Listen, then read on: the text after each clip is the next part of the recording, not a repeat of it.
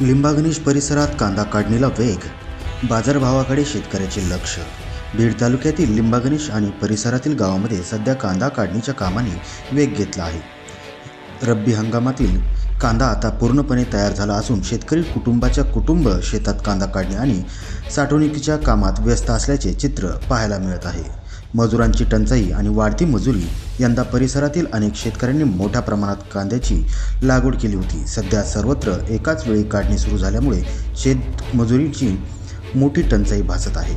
याचा परिणाम मजुरीच्या दरांवर झाला असून वाढीव मजुरी देऊनही मजूर मिळण्याचे झाले आहेत. यामुळे अनेक शेतकरी आपल्या कुटुंबातील सदस्यासह स्वतः शेतात उतरून काढणी उरकून घेत आहेत.